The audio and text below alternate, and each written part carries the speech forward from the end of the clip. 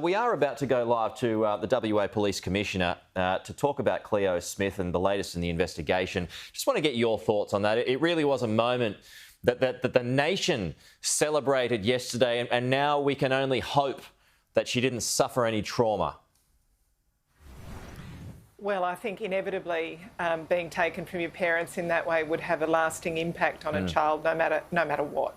And I'm just so delighted that she's been found. I think every single Australian shed a little quiet tear yesterday morning when that great news came back, because we were all carrying the stress of her disappearance with her family. It's such happy news. Yeah, I mean, a parent's worst nightmare. You're a parent, I'm a parent. Can't imagine what that must be like, that moment you realise that your child has vanished. Yeah, it's shocking. It is absolutely, as you say, a parent's worst nightmare, and full credit to the police who found her, the incredible investigation that they conducted to find her and find her alive. That's such wonderful news. Just on to some political tete-a-tetes that are taking place at the moment, Tanya.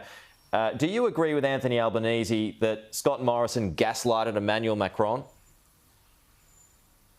Well, I certainly think that the Prime Minister's behaviour during this French submarine debacle has been less than what you would expect from a Prime Minister. The government should have made the right decision to get the right submarine in the first place. We've wasted billions of dollars of taxpayers' money pursuing a submarine that they've now decided is not fit for purpose. And then to handle the relationship with the French government, a very important Pacific power as well as an important European power, so badly, leave our nation embarrassed and weakened on the world stage. It's not what you'd expect from a Prime Minister. The leaking of personal text messages, again, not what you would expect from a Prime Minister. But Labor supported AUKUS and supported the nuclear submarine acquisition. By doing that, offending the French was always going to be a byproduct of that, wasn't it? Well, every government, every nation has the right to put its own national interest first. That's not the criticism here.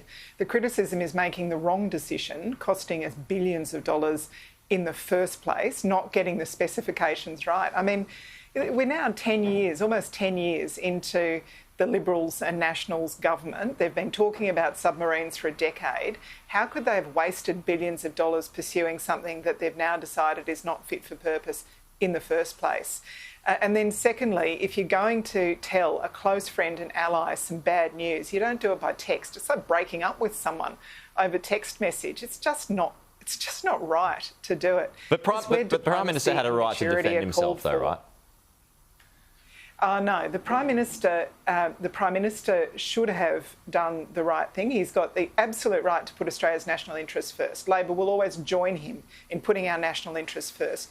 This is not what the criticism is. The criticism is that he's handled the discussions and the bad news in such a immature way, like, you know, breaking up with Emmanuel Macron by text message and then leaking the text message it's not really the thing that you would expect of a national leader. It's just not on.